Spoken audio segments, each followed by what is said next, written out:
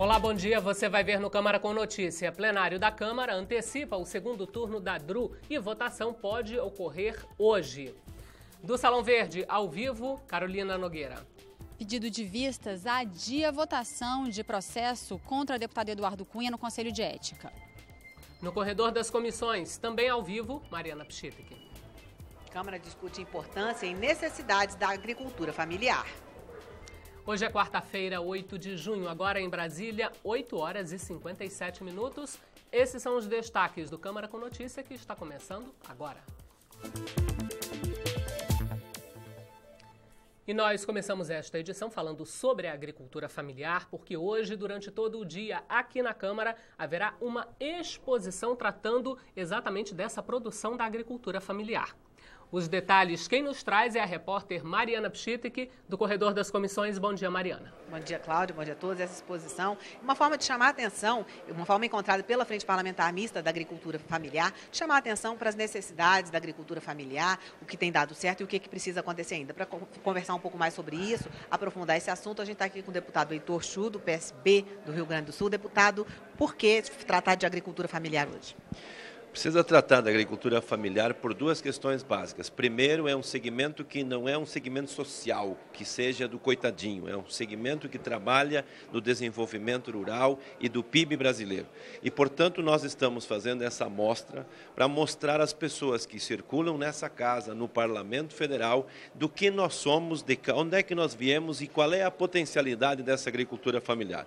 Em média, produzimos 70% do alimento que vai à mesa do povo brasileiro. E queremos desmistificar também essa questão de que para alguns a agricultura é tudo igual. Não se pode tratar de forma igual tudo. A agricultura familiar tem a função de produzir o alimento que vai à mesa do povo brasileiro e a agricultura empresarial que tem a função de produzir as commodities para exportação. Aí uma diferença enorme de tratamento, de política e que nós temos bandeiras que são fundamentais para que a agricultura familiar permaneça forte e organizada. Primeiro, é manter o Ministério do Desenvolvimento Agrário. Somos contra a criação de secretaria. Isso é diminuir a importância desse segmento. E segundo, é avançar nas políticas de infraestrutura da sucessão rural e do desenvolvimento rural para que não falte o pão nosso de cada dia na mesa de nenhum irmão nosso brasileiro que mora nas pequenas, médias ou grandes cidades. Deputado, bom dia. Eu gostaria de lhe fazer uma pergunta. Historicamente, os governos têm dado à agricultura familiar a atenção que ela precisa e que ela merece, até em função desse grande contingente de famílias, de pessoas envolvidas? Olha, nós temos que dizer que nós tivemos um divisor de águas em 1995, quando foi criada a agricultura familiar como conceito e, a partir daí, o Ministério do Desenvolvimento Agrário no governo Fernando Henrique Cardoso. Esse ministério evoluiu nos dois governos Lula, no primeiro governo Dilma, e decresceu no segundo governo Dilma. As políticas ficaram muito mais frágeis. Nós já tivemos momentos de evolução muito importantes. Programas do PGPAF, do PAA, do Mais Alimento, entre outros, fizeram com que se tivesse renda no campo. E agora nós estamos nesse momento de transição. Nós precisamos reforçar essa caminhada e estamos chamando aqui os parlamentares da nossa frente e das outras frentes que têm ligação com isso, como, por exemplo, assistência técnica e extensão rural, da água, enfim, todas as demais que têm a ver com esse segmento da agricultura familiar, para retomar esse debate e, é claro, também mostrar para a sociedade quem nós somos, e a nossa mostra é justamente para isso. Venha para cá, olhe o que nós produzimos, deguste os nossos produtos e passe a consumir os produtos da agricultura familiar que você saberá que tem. Coisa boa, bonita, vai ser bom para ti e vai ser bom para o Brasil. Ok, deputado Heitor Chu, obrigado pela entrevista. Bom trabalho. Cláudia. O plenário aprovou a quebra de intervalo regimental e antecipou para hoje a votação da proposta que recria a DRU, a desvinculação de receitas da União. Outras urgências também foram aprovadas. Confira na reportagem de Paula Bittar. O primeiro pedido aprovado apressa a votação de proposta da deputada Maria do Rosário, que estabelece um sistema de garantia para crianças e adolescentes vítimas ou testemunhas de violência. O requerimento seguinte, sobre o projeto que cria um estatuto para empresas públicas e de economia mista, criando mecanismos de controle, também foi aprovado, mas houve discussão. Nós sabemos que há um capítulo inteiro, 39 artigos, tratando de licitação, que tratam de licitações e contratos, ou seja, é uma verdadeira nova lei de licitações no setor público, uma 8666. Por isso, não pode ser discutida a toque de caixa. Nós sabemos que para ser diretor de uma estatal, para ser membro do conselho de administração de uma estatal, hoje basta ser um apaniguado político, basta estar filiado a um partido, basta o QI de quem indica, basta a amizade, basta a parceria, não precisa de formação, de conhecimento, de experiência, absolutamente de nada. A principal votação da terça-feira aprovou a quebra do intervalo regimental de 5 sessões para o plenário analisar mais rápido a recriação da DRU, já aprovada em primeiro turno. A proposta de emenda à Constituição dá mais flexibilidade ao governo no uso dos recursos orçamentários. É importante a gente votar a DRU rapidamente, porque o governo precisa de ter a flexibilidade orçamentária para fazer o enxugamento da máquina pública. Nós não podemos aceitar qualquer desvinculação das áreas sociais e principalmente da educação e da saúde. 9h03 em Brasília. Vamos continuar repercutindo esses assuntos agora ao vivo do Salão Verde com a repórter Carolina Nogueira. Bom dia, Carol. Bom dia, Cláudia. Essa sessão de ontem foi quase que uma sessão preparatória para essa sessão extraordinária que começa daqui a pouquinho. Com a aprovação da quebra do intervalo regimental e também com a aprovação de urgências, fica então aberto o caminho para que esses projetos sejam votados hoje, tanto o segundo turno da proposta de emenda à Constituição, que prorroga a desvinculação de receitas da União, a chamada DRU, como também esse projeto que é do interesse do governo interino de Michel Temer, que tem sido chamado pelo governo, então, de lei de responsabilidade das estatais e que, entre outras coisas, cria mecanismos de controle, divulgação de dados de gestão e muda regras de licitação dessas empresas estatais. A gente vai conversar sobre tudo isso com o deputado Zé Geraldo, do PT da Bahia, que está aqui com a gente. Desculpa, do PT do Pará. E o deputado Mauro Pereira, que é do PMDB do Rio Grande do Sul. Começando com o senhor, deputado Zé Geraldo, qual que é a expectativa do senhor para a votação da DRU e esse projeto que tem sido chamado pelo governo de lei de responsabilidade das estatais? O senhor concorda com ele? Olha, o governo provisório Michel Temer, ele hoje constitui uma maioria no plenário da Câmara para votar as suas proposições. O Partido dos Trabalhadores vai estar sempre preocupado em defesa dos recursos que não podem ser remanejados. Eu acho que a desvinculação ela avançou para 30% e o nosso medo é realmente que seja retirado dinheiro de duas áreas que faltam dinheiro, que precisam de mais dinheiro, que é a saúde e a educação. Isso que já está sendo mal para o Brasil, os poucos recursos que se tem, ficaremos numa situação ainda pior se for retirado o dinheiro dessas duas áreas. Esse é o nosso medo e vou fazer esse debate e eu penso que tem muita coisa apressada, mexer na novas regras para as estatais, fundo de pensões. Afinal de contas, nós não vamos votar, não vamos ter concursos públicos, né, para as estatais. Continuarão sendo indicação política. Quem esteve hoje até aí foram técnicos qualificados, alguns vieram desde o tempo do Fernando Henrique, continuaram, né, passaram por vários governos porque eram considerados técnicos qualificados e, no entanto, se envolveram em corrupção. Então, eu acho que o debate é outro e precisamos aprofundar mais. Deputado Mauro Pereira, sua opinião sobre essas duas matérias?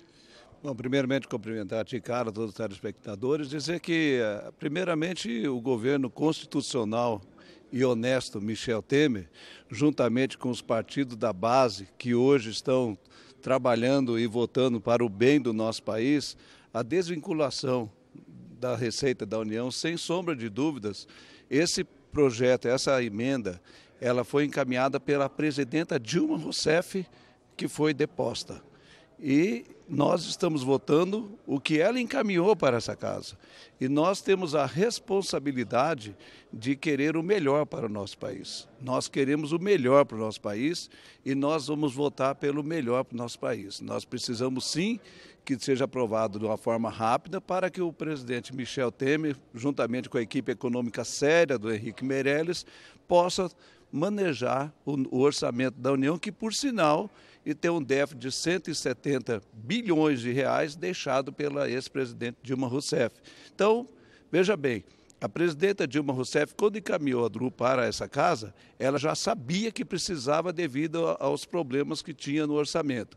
Só que os problemas que ela imaginava que tinha é maior, são 170 bilhões de reais. Então, nós, juntamente com os deputados conscientes dessa casa, que gostam do nosso país, que querem o melhor do nosso país, nós iremos votar hoje sim. E aí eu quero dizer que tem também na oposição pessoas que querem o melhor para o nosso país. Nós vamos votar sim pelo bem da nação e que a nossa economia volte a dar sinais de crescimento e geração de empregos, que é para isso que nós estamos aqui.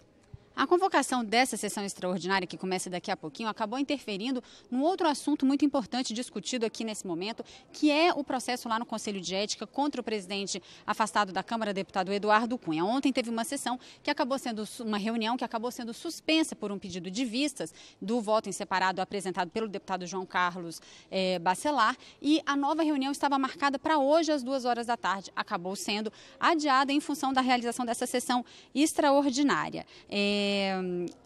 A reunião de ontem, de terça-feira, foi marcada não só pelo próprio processo, pela discussão do próprio processo, mas também em torno do pedido de prisão do deputado Eduardo Cunha, feito pelo Procurador-Geral da República, Rodrigo Janot, e marcada também pela ausência da deputada Tia Heron, que estava sendo muito aguardada, tem sido vista aí como voto de desempate lá no Conselho de Ética, na votação desse processo. Vamos acompanhar na reportagem.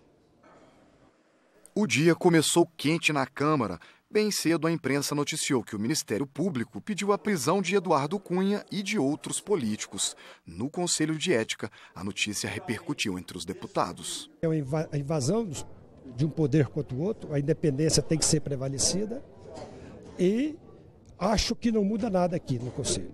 Quem já decidiu aqui o seu voto não vai mudar por essa ação do Procurador-Geral da República. Acho que é um pedido que é coerente. E nós, pela seriedade do doutor Janot, temos certeza de que os fatos que fundamentaram esse pedido são concretos, são bem fundamentados, são sérios. A sessão foi convocada para que os deputados pudessem discutir e votar o relatório do deputado Marcos Rogério. O parlamentar pede a cassação, alegando que Cunha mentiu na CPI da Petrobras, quando disse que não tem contas no exterior e nem recebeu vantagens indevidas. Cada deputado falou por cerca de 10 minutos e a discussão demorou mais de 5 horas. O deputado João Carlos Bacelar apresentou um voto em separado descartando a cassação e pedindo uma punição mais branda, suspensão do mandato por 3 meses. Em cima do regimento, em cima das minhas convicções, em cima do depoimento da defesa e a posição da minha assessoria, achamos que o deputado Eduardo Cunha tem que ter um afastamento aqui da casa durante um período determinado, que eu propus o meu voto em separado. Apenas uma integrante do Conselho se ausentou da sessão, Tia Heron, do PRB da Bahia. Havia grande expectativa quanto ao voto dela, que poderia ser decisivo, já que existe um possível empate entre os deputados do Conselho. A assessoria da parlamentar confirmou que ela estava na casa, mas a deputada não apareceu. Na ausência da titular, quem assumiu foi o primeiro suplente do bloco da deputada a registrar presença no plenário, o deputado Carlos Marum, que vota a favor do deputado Eduardo Cunha. O parlamentar criticou o presidente do Conselho, José Carlos Araújo, por ter encerrado a sessão sem votar o relatório do deputado Marcos Rogério. O presidente, parcial como sempre, utilizou o regimento, o que é legítimo, utilizou o regimento para postergar o resultado, coisa que, por sinal, tem acontecido há muito tempo. O presidente, quando erra e quando acerta, atua no sentido de que o processo se torne mais longo, talvez até para que muitos continuem em evidência. José Carlos Araújo disse que encerrou a sessão porque o deputado Marcos Rogério pediu mais tempo para analisar o voto em separado do deputado João Carlos Bacelar. É regimental, diz no regimento, se o relator usar a palavra e precisar de um tempo maior para fazer a complementação de acordo com a discussão, ele apresentar na próxima reunião. Eu sugeri a perda de mandato, considerando a gravidade da conduta, a robustez das provas, e o voto em separado sugere uma suspensão temporária de mandato. Mas os dois votos chegam à mesma conclusão, de que houve sim quebra de decoro. Então, eu preciso analisar esse voto. Eu posso garantir que o pedido de adiamento da votação não levou em consideração, obviamente, a ausência da deputada Tia Heron, até porque a informação que eu tenho é de que ela está em Brasília e que estaria na Câmara no momento da votação. A fase de discussões já está encerrada. Se o relatório do deputado Marcos Rogério for aprovado, ele será encaminhado para o plenário da Câmara. Se for rejeitado, o Conselho deverá escolher o deputado João Carlos Bacelar para ser o novo relator e aprovar o relatório dele, que pede a suspensão do mandato por 3 meses. De qualquer forma, a palavra final é do plenário da Câmara. A gente vai conversar sobre tudo isso, primeiro com o deputado Mauro Pereira. Deputado, a sua opinião sobre a não votação ontem, o que o senhor acha que deve acontecer a partir de agora? Bom, primeiramente quero dizer que a atitude do procurador Janot, ela é uma atitude que nós temos que respeitar e dizer que o procurador Janot foi o mesmo que disse que o presidente Lula era um chefe de quadrilha. E dizer também que o Ministério Público de São Paulo pediu a prisão do ex-presidente Lula e que também não foi aceita. Eu confio nos partidos que indicaram as pessoas, os deputados, para participar dessa comissão, e eu não tenho dúvida nenhuma de que a democracia vai prevalecer. Quem tiver mais voto vai ganhar. Deputado Zé Geraldo, o senhor que faz parte do Conselho de Ética, como foi a reunião ontem, o que o senhor acha que deve acontecer a partir de agora? Olha, eu acredito que na próxima semana, com Thierão ou sem Thierão, nós vamos votar no Conselho. Quem quiser ficar do lado do presidente Eduardo Cunha, que fique, provavelmente ficará contra o povo brasileiro. É uma desmoralização. E depois do sumiço do Valdir Maranhão, daqui a pouco a Thierão some também, mas mesmo assim nós vamos, com certeza, votar pela cassação no Conselho de Ética na próxima semana no Conselho. Muito obrigada, então, deputado Zé Geraldo. A gente volta rapidamente ao estúdio com a Cláudia Brasil. E esta edição do Câmara com Notícias está chegando ao fim. Nós podemos voltar a qualquer momento durante a nossa programação com mais informações para você. Hoje é quarta-feira, dia 8 de junho. Neste momento em Brasília, 9h14. A partir de agora você acompanha ao vivo, direto do plenário Ulisses Guimarães, sessão extraordinária da Câmara dos Deputados.